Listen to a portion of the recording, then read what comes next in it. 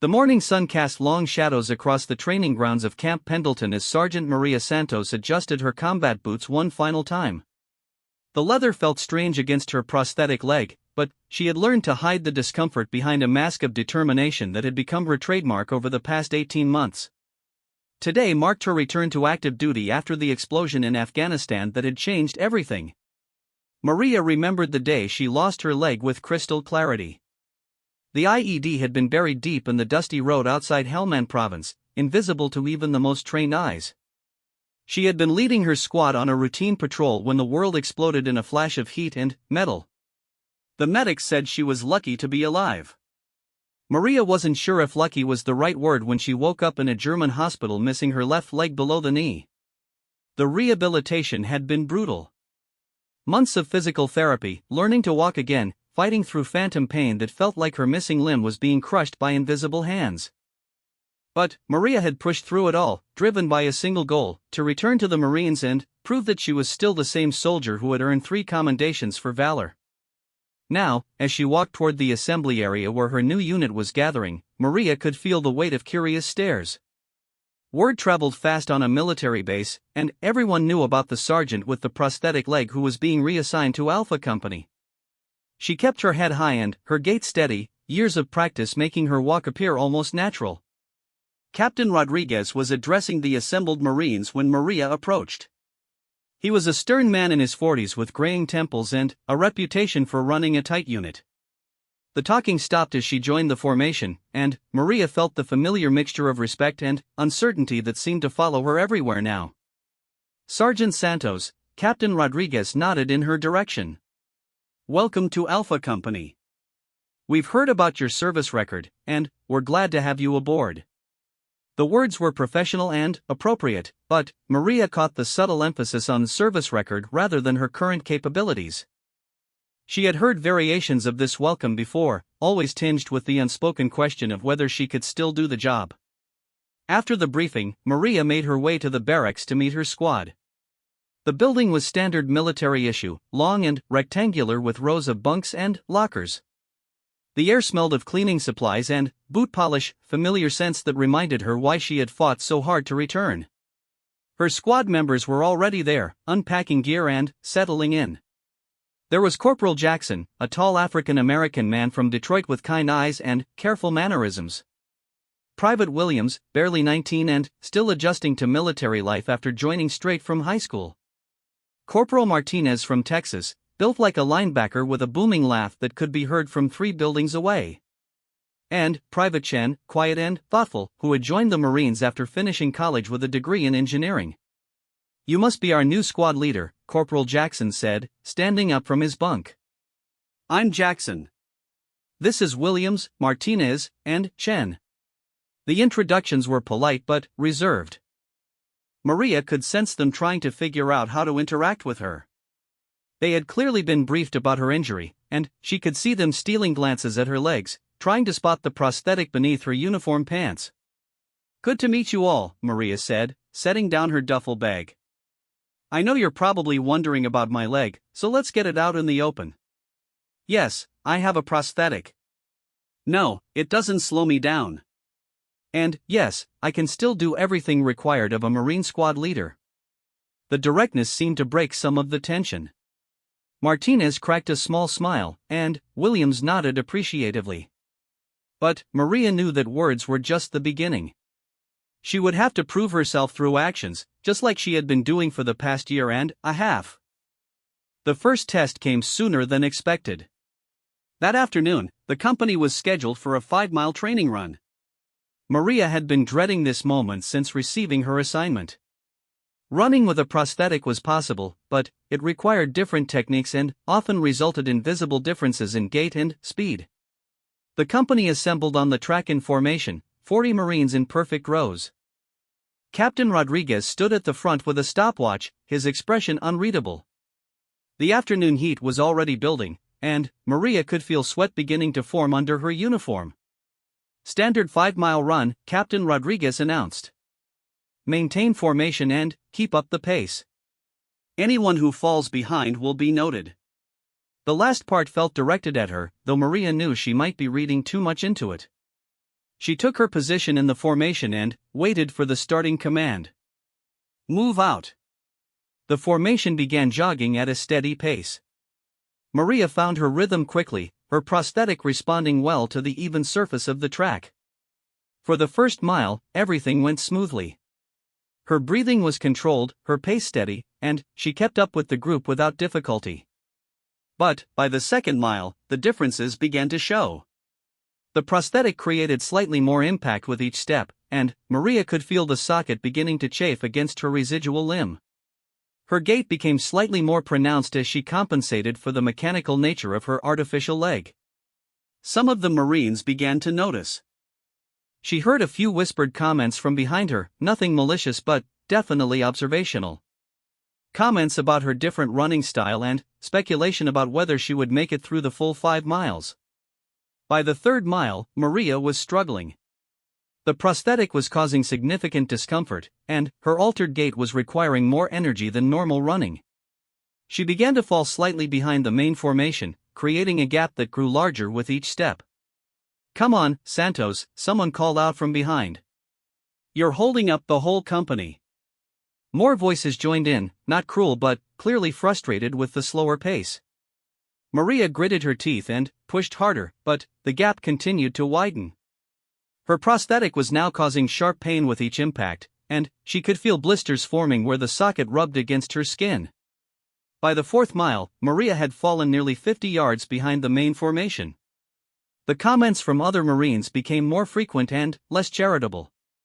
She heard someone say something about special accommodation and another voice wondering aloud why someone who couldn't keep up was assigned to an active duty unit. The words stung more than the physical pain. Maria had worked so hard to prove that she was still capable, still valuable as a Marine. But here she was, exactly where she had feared she would be, struggling to keep up and becoming a liability to her unit. Captain Rodriguez had noticed the gap and dropped back to run alongside her. His expression was concerned but professional. "You okay, Sergeant?" he asked, matching her slower pace.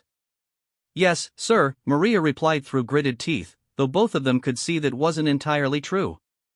"We can call for transport if you need it," he offered quietly. The suggestion hit Maria like a punch to the gut.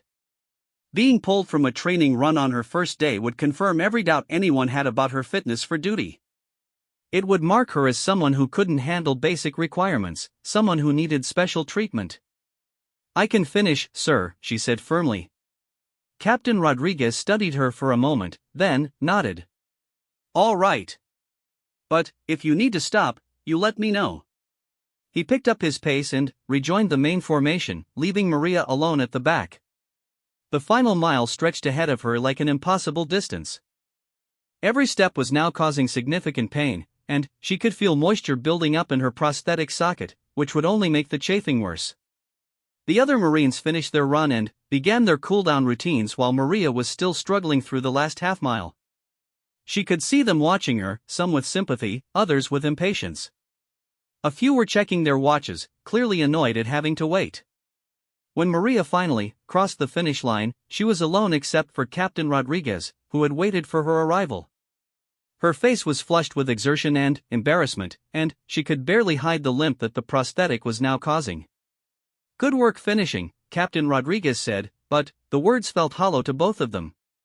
Maria nodded and headed toward the barracks, aware that every Marine in the company was watching her walk away. She had wanted her first day to prove that she belonged here, that her injury didn't define her capabilities. Instead, she felt like she had confirmed every doubt about disabled veterans returning to active duty. In the barracks bathroom, Maria finally had a chance to examine the damage. Removing her prosthetic revealed angry red marks where the socket had rubbed against her skin, and she could feel the beginning of several blisters. The sight made her stomach sink. If this was the result of one training run, how would she handle the more demanding activities that lay ahead? As she cleaned and treated the irritated skin, Maria could hear her squad members talking quietly in the next room. She couldn't make out all the words, but the tone suggested they were discussing her performance and what it might mean for the unit. That evening at dinner, Maria sat with her squad at one of the long tables in the mess hall. The conversation was polite but strained, focusing on safe topics like base facilities and upcoming training schedules. Nobody mentioned the afternoon's run, but it hung over the group like an unspoken question mark. Corporal Martinez, who had seemed friendly during introductions, was now more reserved. Private Williams kept glancing at her leg when he thought she wasn't looking. Even Corporal Jackson, who had been welcoming earlier, seemed to be maintaining a professional distance. Maria understood their hesitation. They were wondering whether they could depend on her in challenging situations. They were questioning whether having her as a squad leader would put them at a disadvantage during training exercises or, potentially, in real combat situations. The doubt in their eyes reflected her own internal struggles. Maria had been so focused on proving that she could return to active duty that she hadn't fully considered what that would mean for the Marines under her command. Her determination to overcome her disability was admirable, but was it fair to ask others to potentially pay the price for her limitations?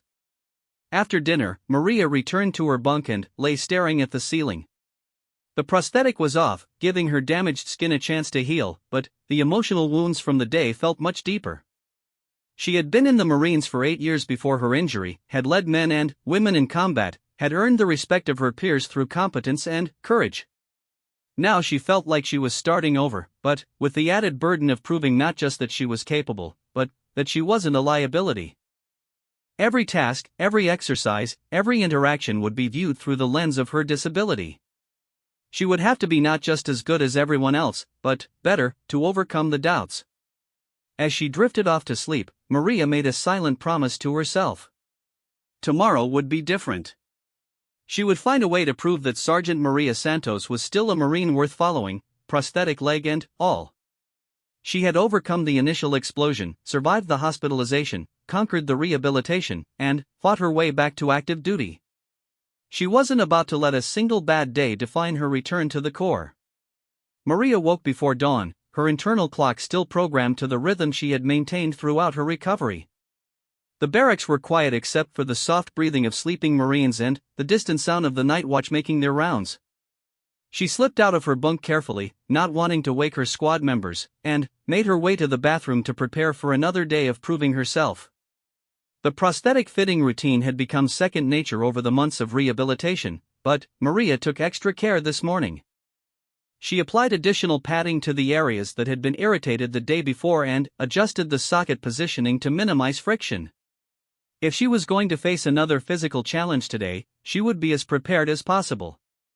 The morning formation was scheduled for 0600 hours, which gave Maria time to complete her own abbreviated workout before joining the group activities. She had learned during her recovery that maintaining her fitness required different approaches than before her injury, and she had developed a routine that maximized her capabilities while working within her limitations. In the pre-dawn darkness of the base gym, Maria worked through a series of exercises designed to strengthen her core and improve her balance. The upper body work came easily, as her arms and shoulders had actually grown stronger during her rehabilitation. The leg exercises were more challenging, requiring constant adjustment and accommodation for the prosthetic, but she had learned to adapt. Other early risers began filtering into the gym as Maria finished her routine. Some nodded in acknowledgement, others seemed surprised to see her there so early after yesterday's difficulties. She ignored the stares and focused on completing her workout with the same intensity she had brought to everything since returning to active duty. Back in the barracks, her squad members were beginning to stir. Private Williams was always the first to wake, a habit he had developed in basic training that served him well in military life. Corporal Jackson followed shortly after, methodical in his morning preparations. Martinez took longer to fully wake up but moved with surprising efficiency once he was upright. Chen was quiet and deliberate, going through his routine with minimal conversation. "Morning, Sergeant," Williams said as Maria returned from the gym. His tone was respectful but carried the same uncertainty that had marked most interactions since her arrival. "Morning, Williams. Everyone ready for whatever they throw at us today?" The question was meant to project confidence and normalcy, but Maria could see her squad members exchanging glances. Yesterday's training run had clearly affected their perception of her capabilities, and she knew that rebuilding their confidence would take more than positive attitude.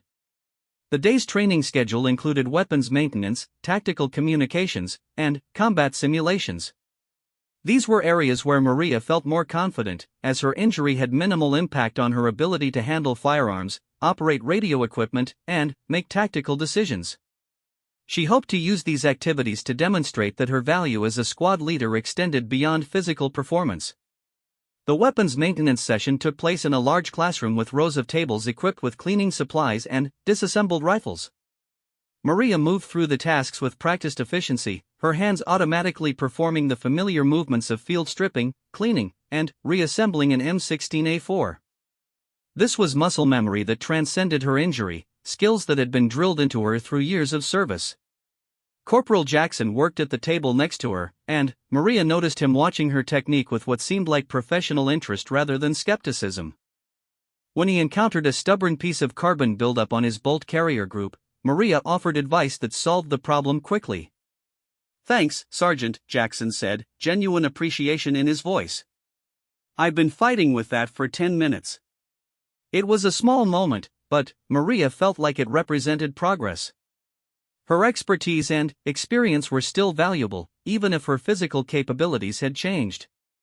She began to feel more like the competent squad leader she had been before her injury. The tactical communications exercise proved even more successful. Maria's experience with radio protocols and field communications was extensive, and she was able to guide her squad through complex scenarios involving multiple units and changing objectives. Her prosthetic had no impact on her ability to operate the equipment or coordinate with other teams. Private Chen, who had been particularly quiet since her arrival, seemed to open up during this exercise.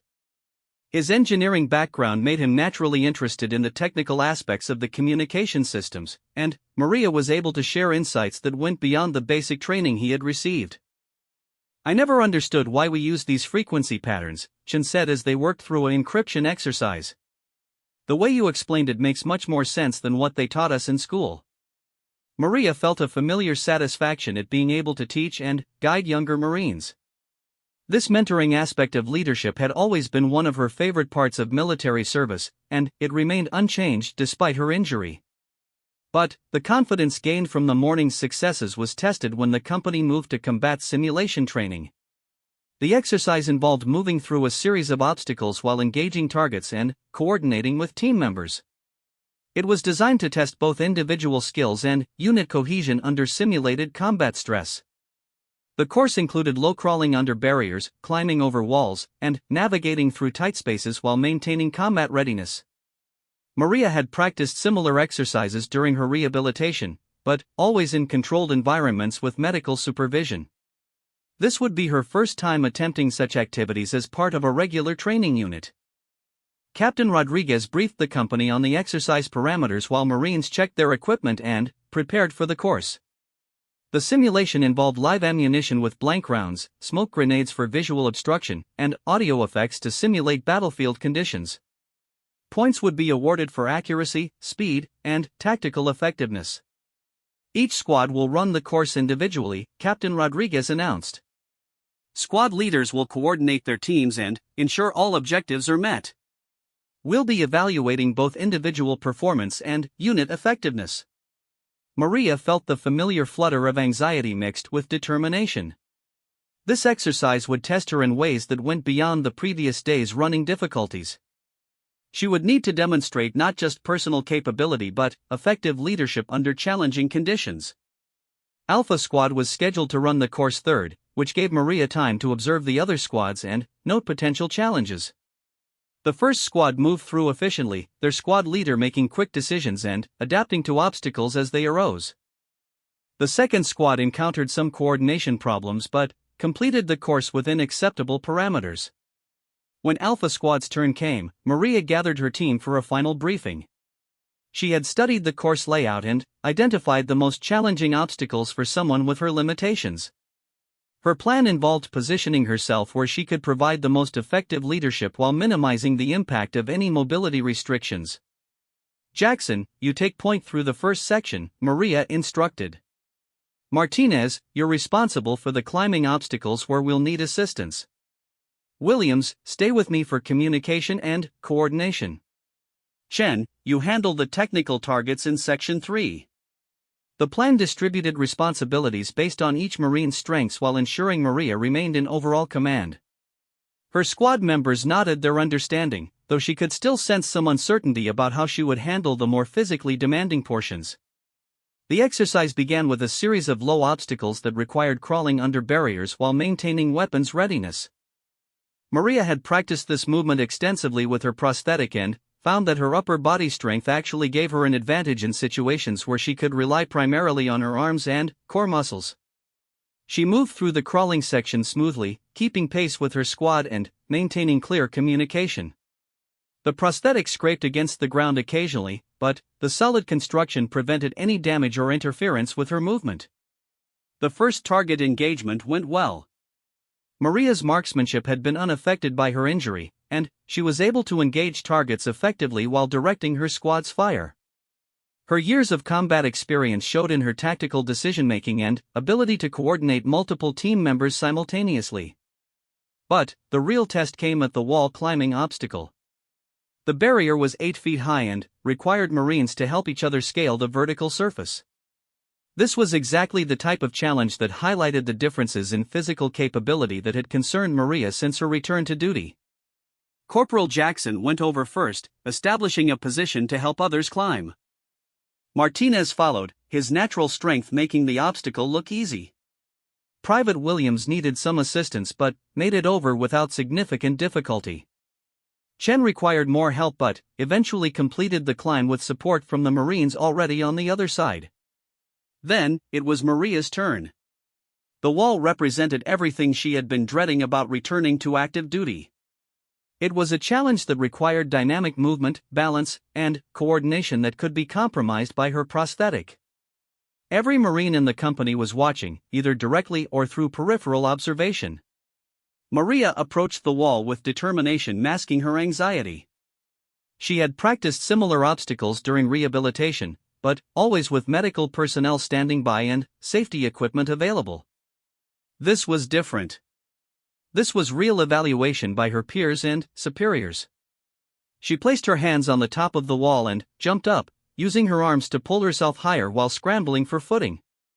Her prosthetic made the initial contact with the wall, but the mechanical foot couldn't provide the same fine motor control as a natural ankle. She slipped slightly and had to readjust her grip. Jackson reached down to offer assistance, but Maria waved him off. She was determined to complete the obstacle without help, to prove that she could meet the same standards as every other Marine. She gathered herself for another attempt. This time she managed to get higher, but as she tried to swing her prosthetic leg over the top of the wall, the artificial ankle joint didn't bend quite right. She found herself hanging from the wall, unable to complete the climb but unwilling to accept assistance. "Sergeant, let me help," Jackson called down, genuine concern in his voice. "I've got it," Maria replied through gritted teeth, though it was becoming clear that she was struggling. The delay was creating a backup in the exercise schedule. Other squads were waiting for Alpha Squad to complete the course, and Maria could feel the pressure of holding up the entire company. The weight of expectation and observation was almost as challenging as the physical obstacle itself.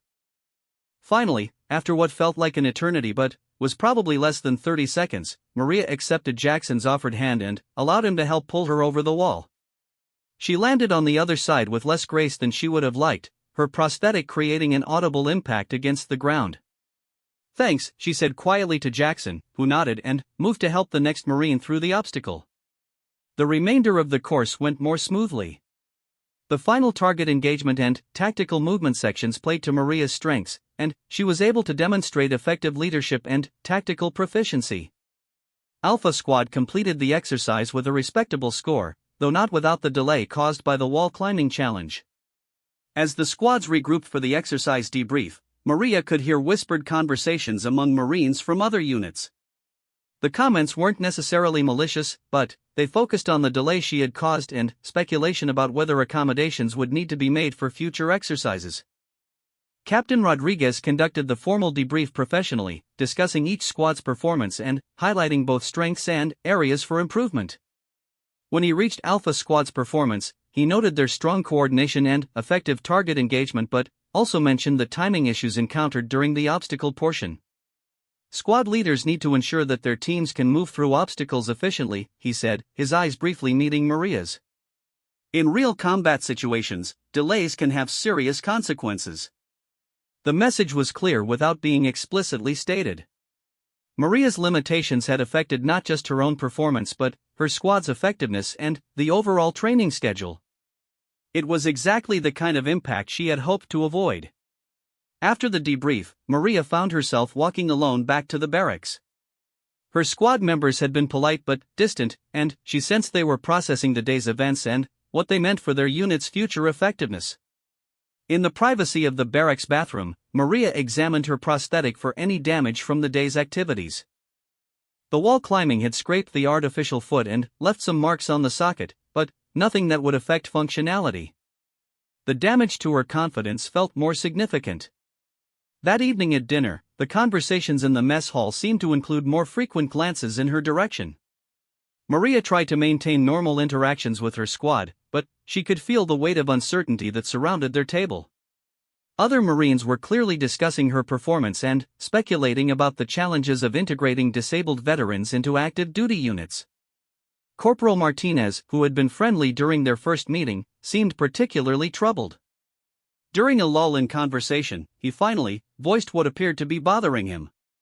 "Sergeant, can I ask you something?" he said, his tone careful and respectful.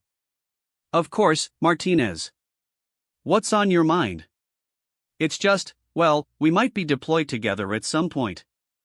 And I'm wondering how we handle situations where the physical requirements might be even more challenging than today's exercise." The question hung in the air like a challenge that couldn't be avoided. Martinez wasn't being cruel or discriminatory, he was voicing a legitimate concern about operational effectiveness and unit safety. It was the question that everyone was thinking but that nobody had been willing to articulate directly. Maria had been preparing for this moment since the day she decided to fight for her return to active duty. She had rehearsed various responses, but actually facing the question felt different than she had imagined. "That's a fair concern, Martinez," she replied steadily. "I won't pretend that some things are more challenging for me now than they were before my injury. But I also bring 8 years of combat experience and proven leadership capabilities that haven't changed." She paused, looking around the table at her squad members. "I understand that you need to have confidence in your squad leader.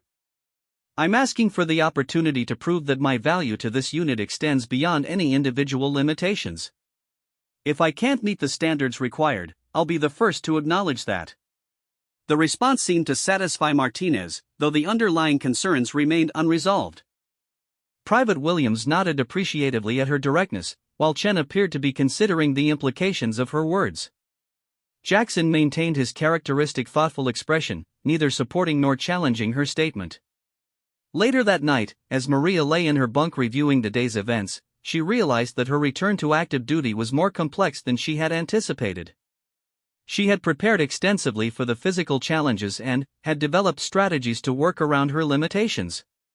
But she hadn't fully considered the psychological impact on her fellow Marines or the way her presence might affect unit dynamics. The conversation with Martinez had forced her to confront an uncomfortable truth: her determination to prove herself capable was only part of the equation.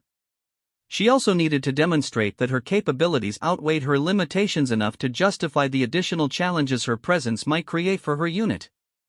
As she drifted off to sleep, Maria found herself questioning whether her fight to return to active duty had been driven more by personal pride than practical consideration of what was best for the Marines under her command.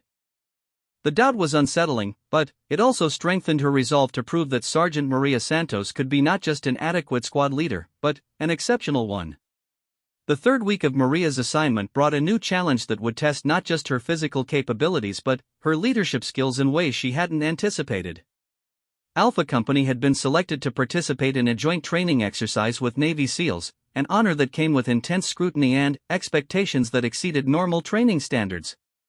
The announcement came during the Monday morning formation, delivered by Captain Rodriguez with barely concealed pride. Joint exercises with special operations units were rare opportunities that could significantly impact career advancement for participating Marines. The selection of Alpha Company reflected well on their training scores and readiness evaluations. This exercise will involve advanced tactical scenarios, extended field operations, and evaluation by some of the most elite military personnel in the world, Captain Rodriguez informed the assembled Marines. We have 2 weeks to prepare, and I expect every Marine in this company to perform at their absolute best. Maria felt a mixture of excitement and apprehension at the news. Joint exercises represented the kind of high-level training she had always valued, opportunities to learn from the best and test her skills against challenging scenarios.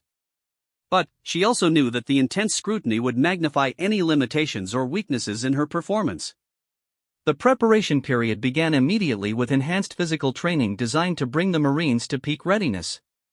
The daily routines now included longer runs, more complex obstacle courses, and conditioning exercises that pushed everyone to their limits. For Maria, this meant confronting her physical limitations on a daily basis under the watchful eyes of both her superiors and her peers. The extended runs proved particularly challenging. Where the initial 5-mile run had been difficult, the new training regimen included 8 and 10-mile runs over varied terrain.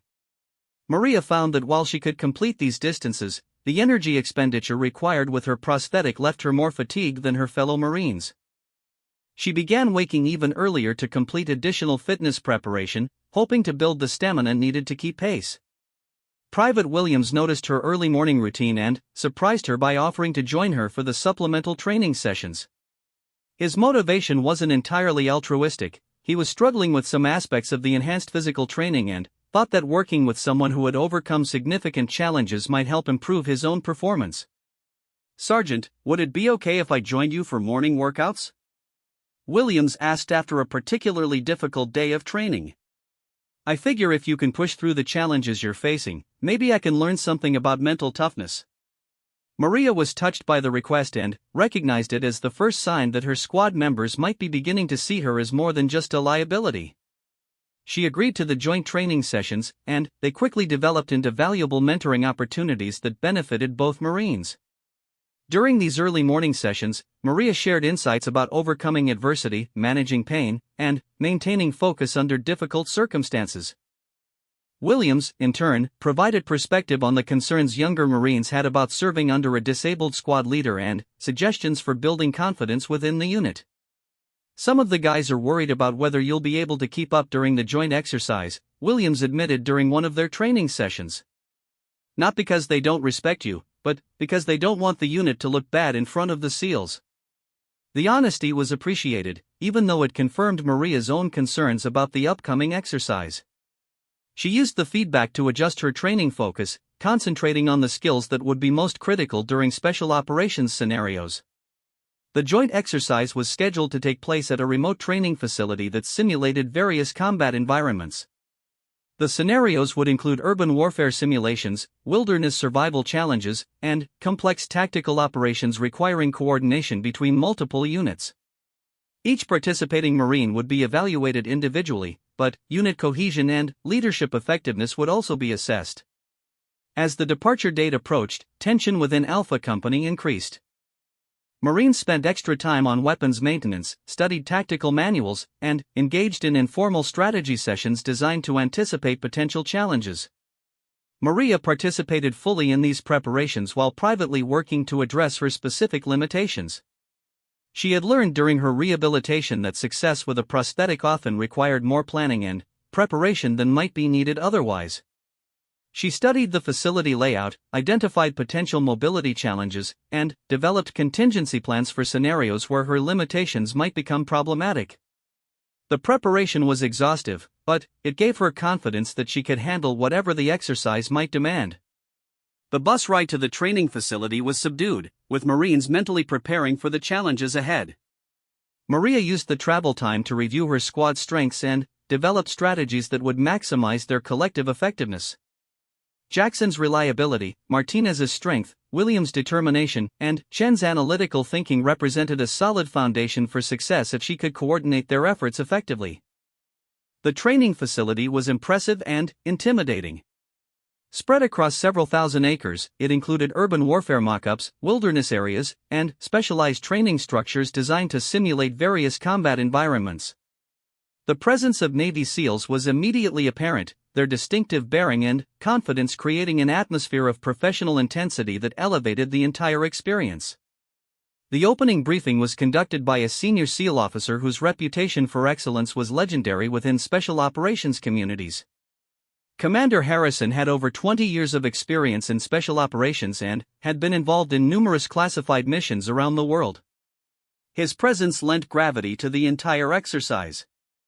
Over the next 3 days, you will be tested in ways that simulate real-world special operations challenges, Commander Harrison informed the assembled Marines and SEALs. We will be evaluating not just your individual capabilities but your ability to function effectively as integrated units under extreme stress. Maria listened intently as he outlined the exercise parameters. The scenarios would include night operations, long-range reconnaissance, urban combat simulations, and emergency response situations. Each test would build on previous challenges, creating cumulative stress that would reveal both individual and unit strengths and weaknesses. Leadership will be particularly scrutinized, Commander Harrison continued.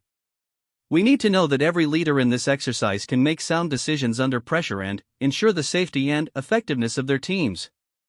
The first day focused on individual skills assessment, including weapons proficiency, physical fitness evaluations, and technical knowledge testing.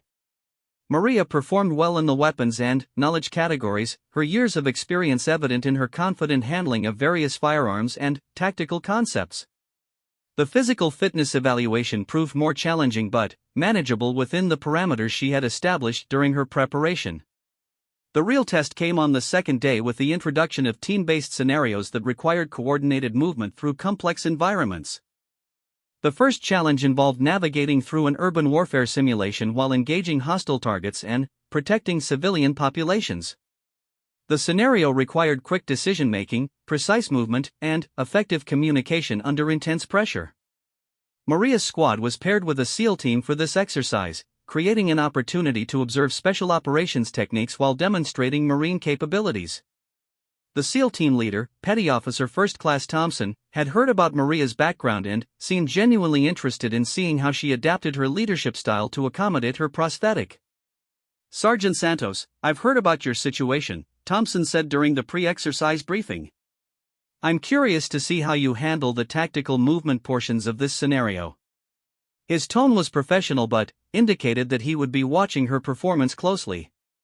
Maria understood that his evaluation would carry significant weight with the exercise administrators and could influence how her capabilities were perceived by special operations personnel.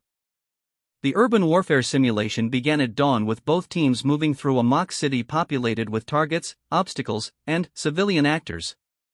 The scenario required clearing buildings, coordinating fire support, and maintaining unit integrity while advancing toward designated objectives. Maria positioned herself to maximize her leadership effectiveness while minimizing exposure to situations where her mobility limitations might become problematic. The strategy worked well initially. Her tactical decision-making was sound, and her squad responded effectively to her commands. The coordination with the SEAL team was smooth, with both units supporting each other's movements and sharing intelligence effectively. Maria felt confident that she was demonstrating the kind of leadership capabilities that justified her return to active duty.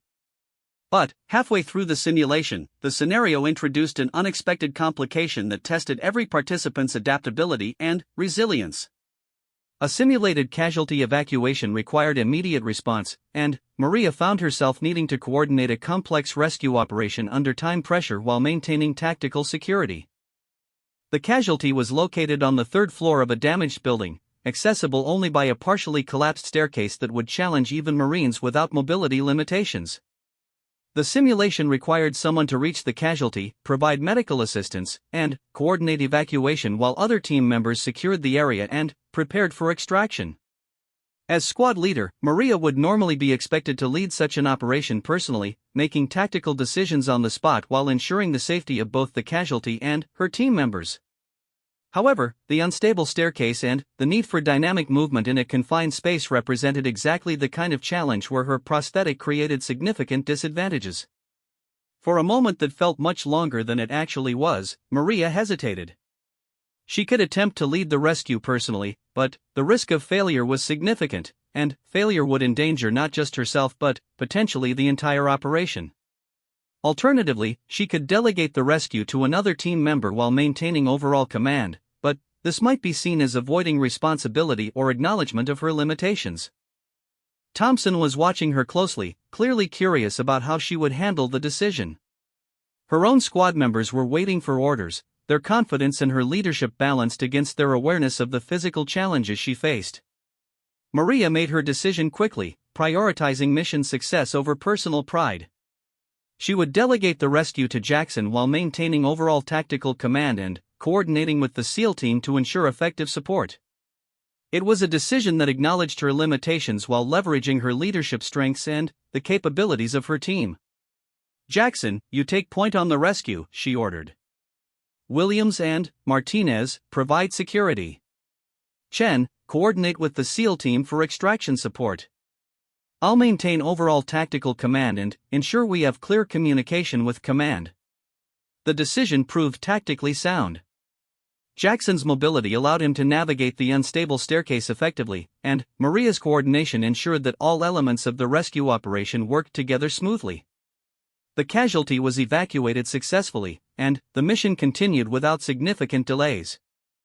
But Maria was aware that her decision to delegate the most physically demanding portion of the rescue had been noted by the observers. Thompson's expression was unreadable, but she could sense that he was evaluating not just what she had done but what she had chosen not to do. The remainder of the urban warfare simulation proceeded smoothly, with both teams completing their objectives effectively. During the post-exercise debrief, Thompson offered professional feedback that was positive but qualified. "Good tactical decision-making, Sergeant Santos," he said. "You clearly understand how to leverage your team's strengths and maintain effective command under pressure. Your coordination with our team was excellent." He paused, and Maria sensed that more feedback was coming. "I did notice your decision to delegate the casualty rescue. Tactically sound under the circumstances, but it raised questions about how you would handle similar situations in real combat where delegation might not be an option." The feedback was fair but uncomfortable.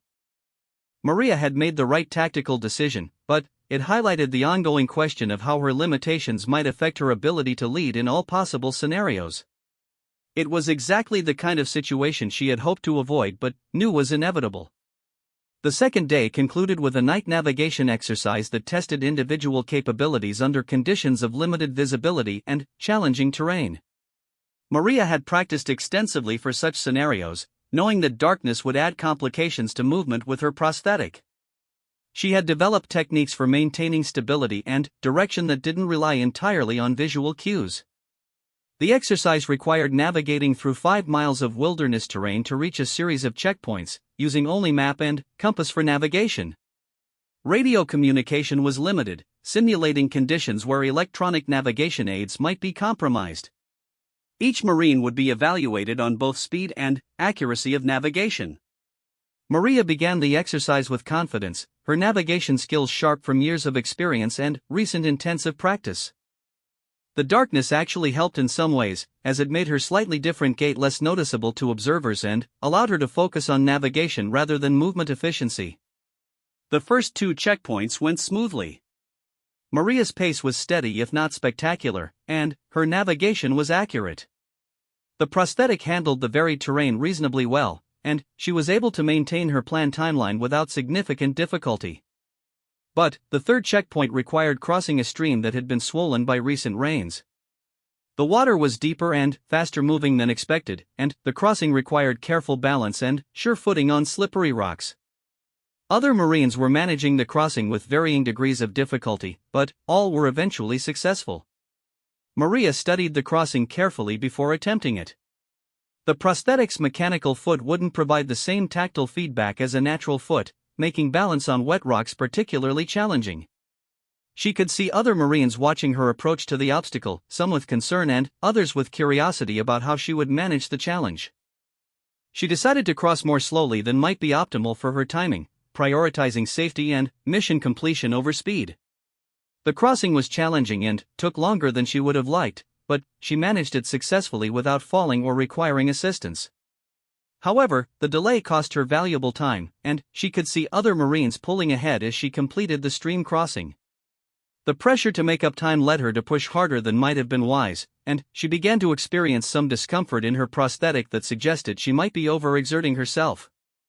The final 2 checkpoints tested her resolve as much as her navigation skills. The discomfort in her prosthetic grew worse, and she found herself having to stop periodically to adjust the fit and relieve pressure points. Each stop cost additional time and increased her frustration with the limitations imposed by her injury. She completed the navigation exercise successfully but with a time that placed her in the lower half of participants. The result was respectable but not exceptional, and Maria knew that her performance was being carefully evaluated by the special operations personnel conducting the assessment. During the final day's exercises, which focused on complex multi-unit operations requiring precise coordination and timing, Maria found opportunities to demonstrate her strengths more effectively. The scenarios emphasize leadership, tactical decision-making, and communication skills, areas where her experience and capabilities were most evident. Working alongside experienced SEAL personnel provided valuable insights into advanced tactical techniques while allowing her to demonstrate that her leadership capabilities remained strong despite her physical limitations. The respect she earned from special operations personnel during these exercises helped offset some of the concerns raised by her performance in more physically demanding scenarios.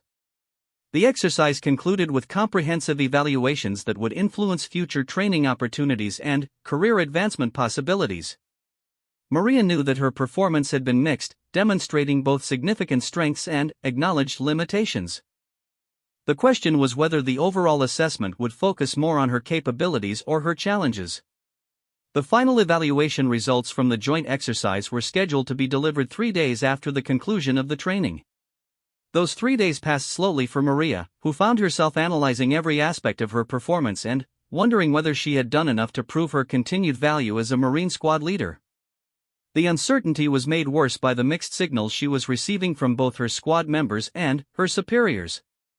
Captain Rodriguez had been professionally cordial but less communicative than usual since their return from the exercise. His typical post-training debriefs had been brief and focused on administrative details rather than performance analysis. Maria interpreted this as a potentially negative sign, though she tried to avoid reading too much into changes in routine communication patterns. Her squad members seemed similarly uncertain about how to process the results of the exercise.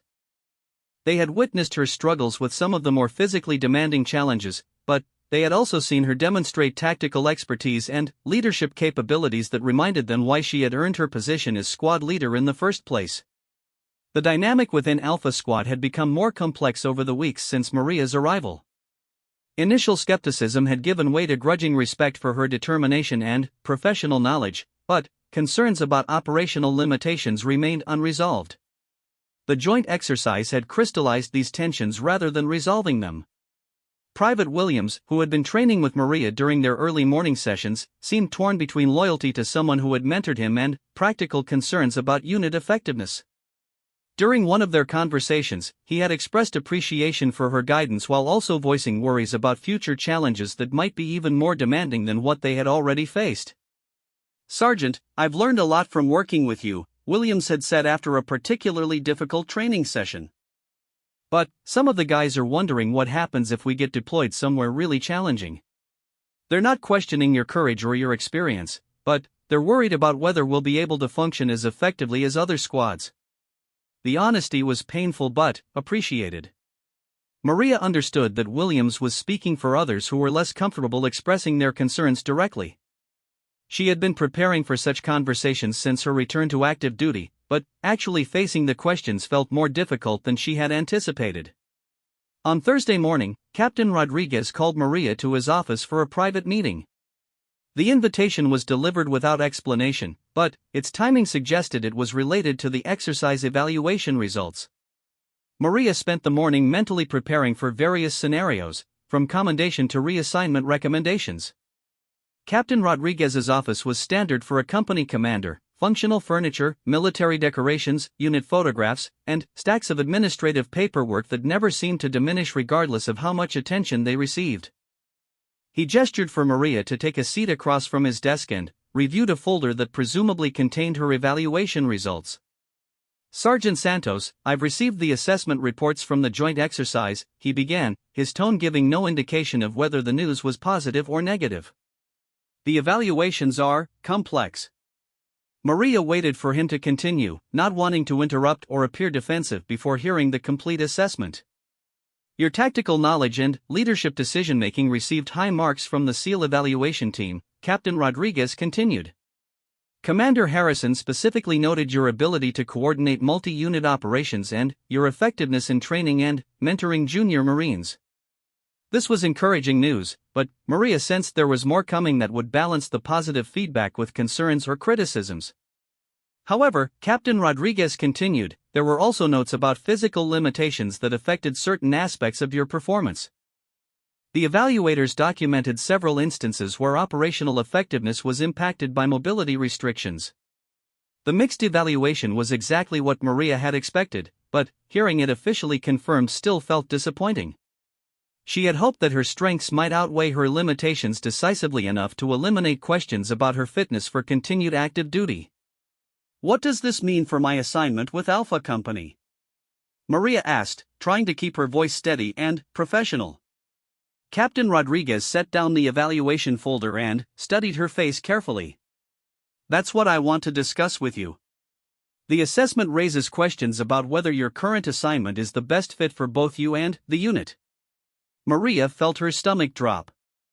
This sounded like the beginning of a conversation about reassignment or medical retirement, possibilities she had been dreading since her return to active duty. She had fought so hard to prove herself capable of continuing her Marine career that the prospect of having those efforts deemed insufficient was devastating. Sir, I believe I can continue to serve effectively as a squad leader, Maria said, working to keep emotion out of her voice. Yes, there are some physical challenges, but my experience and tactical knowledge allow me to contribute significantly to unit effectiveness. I'm not questioning your contributions, Sergeant, Captain Rodriguez replied. But I have to consider what's best for the entire unit, including the Marines under your command. They need to have confidence that their leader can handle any situation that might arise. The conversation was heading in exactly the direction Maria had feared. She could feel her Marine career slipping away despite all her efforts to prove that her injury didn't define her capabilities. The irony was bitter. She had survived an IED explosion, endured months of painful rehabilitation, and fought bureaucratic battles to return to active duty, only to be defeated by training exercises that highlighted her limitations. What are my options? Maria asked, trying to maintain dignity even as she felt her hopes crumbling. Captain Rodriguez opened another folder and pulled out several documents. There are actually more possibilities than you might think. The Marine Corps has been developing new approaches to utilizing the experience and knowledge of injured veterans. He handed her a document describing various non-combat assignments that would allow her to remain in the Marines while focusing on areas where her physical limitations wouldn't be a factor. Training instructor positions, administrative roles, and technical specializations were all available to Marines with her background and experience. These positions would allow you to continue serving and contributing to the Corps while avoiding the physical demands that have been problematic in your current assignment, Captain Rodriguez explained. You'd be working with new recruits and junior Marines, passing on your combat experience and tactical knowledge. The suggestion was well-intentioned and probably practical, but it felt like defeat to Maria. She had fought to return to active duty as a squad leader, not to accept a desk job that accommodated her limitations. The idea of training new Marines had some appeal, but it would also feel like acknowledgement that she couldn't meet the standards required for continued combat readiness. I appreciate the options, sir, Maria replied carefully. But I'd like to request more time to prove that I can handle the requirements of active duty leadership. Captain Rodriguez studied her request thoughtfully. He had clearly been expecting this response and had probably prepared for various scenarios depending on her reaction to the evaluation results. Sergeant, I understand your desire to continue in your current role, he said. But I have to balance your personal goals with the needs of the Marines under your command and the overall effectiveness of Alpha Company. The conversation was interrupted by a knock on the office door. Captain Rodriguez looked annoyed at the interruption but called for whoever was outside to enter. The door opened to reveal an imposing figure in general's insignia that made both Maria and Captain Rodriguez immediately stand and assume positions of attention. "As you were," General Patricia Williams said, waving them back to their seats. "Captain Rodriguez, I hope you don't mind the interruption.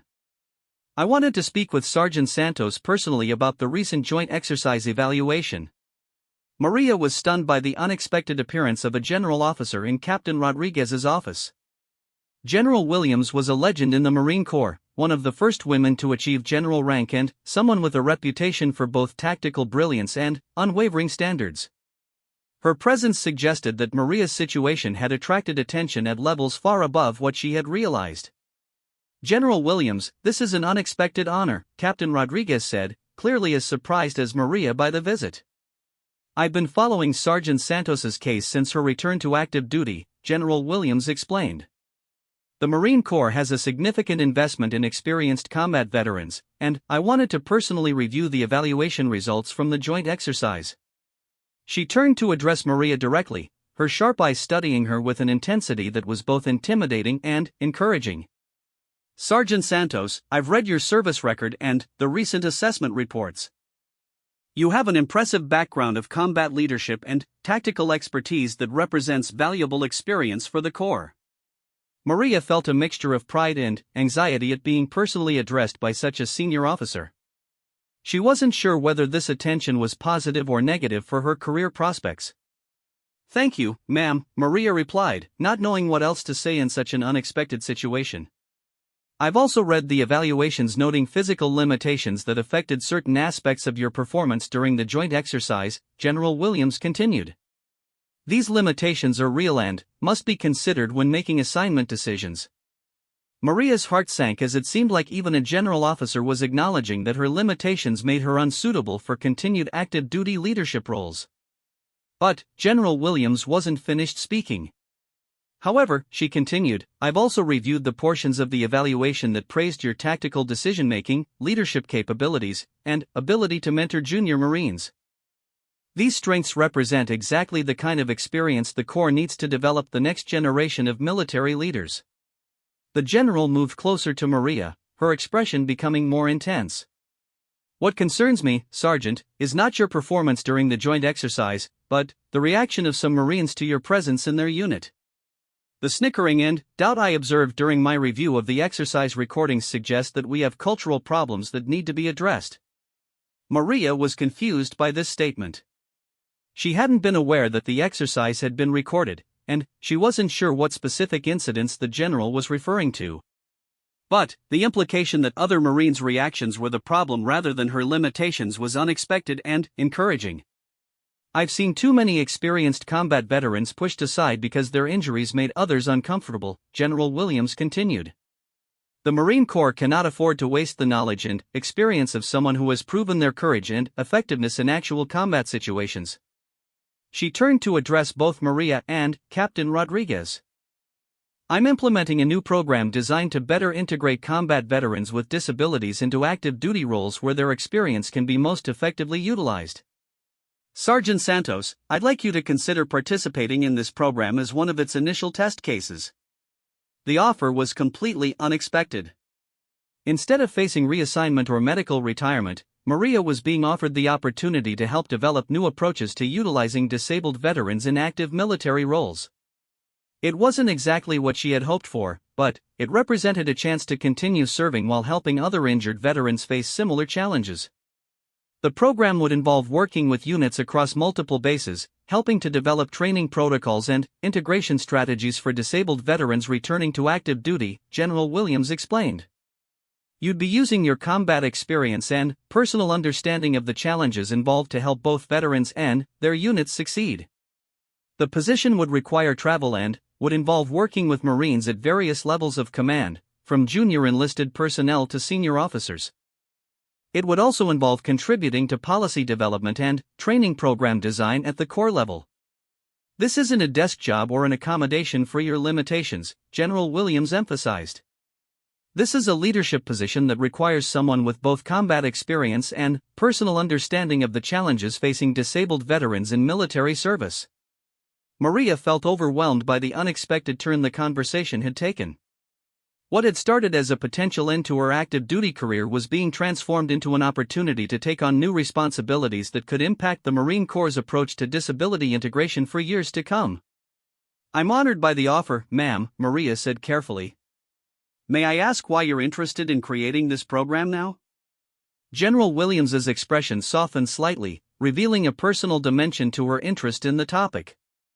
"Because we're losing too many good Marines to pride and prejudice," she replied. "Veterans like yourself fought for this country and earned the right to continue serving in whatever capacity their capabilities allow. The Corps needs to do better at recognizing value that doesn't fit traditional models." She paused and looked directly at Maria. "I've been watching the reactions of Marines to your return to active duty, Sergeant Santos.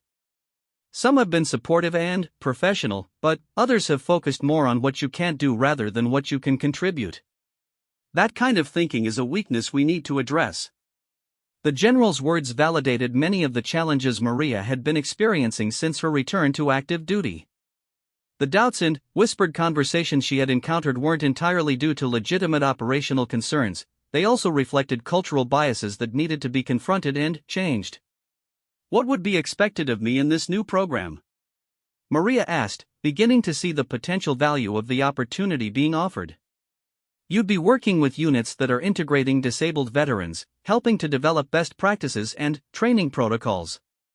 You'd also be involved in selection and evaluation processes for veterans seeking to return to active duty," General Williams explained.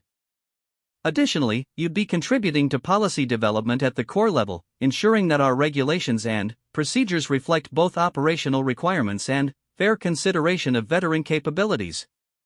The position represented a significant advancement in responsibility and influence, offering opportunities to impact Marine Corps policies and procedures in ways that could benefit disabled veterans for years to come.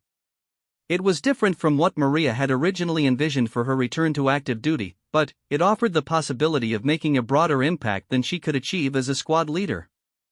"I'd like to accept the position, ma'am," Maria said, recognizing that this opportunity represented not just personal advancement but the chance to help other veterans facing similar challenges. General Williams smiled, the first time Maria had seen her expression soften completely. "Outstanding, Sergeant. You'll be transferring to a new unit that reports directly to Marine Corps headquarters. Your first assignment will be working with Alpha Company to evaluate the integration challenges you've experienced and develop recommendations for improvement." The irony was not lost on Maria that her first assignment in the new position would involve returning to the unit where she had struggled to prove herself. But now she would be returning as an expert rather than someone trying to demonstrate her fitness for continued service.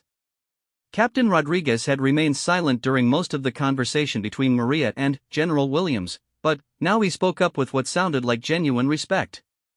"Sergeant Santos has demonstrated exceptional dedication and professionalism during her time with Alpha Company," he said. "This new assignment sounds like an excellent fit for her capabilities and experience." The endorsement felt meaningful coming from someone who had witnessed her struggles and limitations firsthand. It suggested that even those who had concerns about her operational effectiveness recognized her value and potential for contribution in the right role. As General Williams prepared to leave, she offered final words that felt like both encouragement and challenge. "Sergeant Santos, you have the opportunity to help the Marine Corps better serve veterans who have sacrificed for their country. Don't let anyone convince you that your worth is defined by your limitations rather than your capabilities and contributions." With that, she left the office, leaving Maria and Captain Rodriguez to process the dramatic change in circumstances. The conversation that had begun with concerns about her fitness for continued active duty had ended with a promotion to a position that would influence Marine Corps policies and help other disabled veterans. It wasn't the vindication Maria had originally sought, but it represented something potentially more valuable, recognition that her experience and insights were assets rather than accommodation requirements. As she walked back to the barracks to share the news with her squad, Maria reflected on the journey that had brought her to this point. The IED explosion in Afghanistan had taken her leg, but it hadn't taken her value as a Marine. Her struggles with Alpha Company hadn't proven that she was unsuitable for military service, they had revealed opportunities for the Corps to better utilize the experience and knowledge of combat veterans. The laughing and whispered conversations she had endured weren't reflections of her inadequacy, they were symptoms of cultural problems that needed to be addressed through education and leadership. General Williams had recognized this distinction and offered Maria the chance to be part of the solution rather than a victim of the problem. Her squad members received the news with mixed reactions that reflected the complexity of their relationship over the previous weeks. Private Williams seemed genuinely pleased that her mentoring and guidance would continue to benefit other Marines.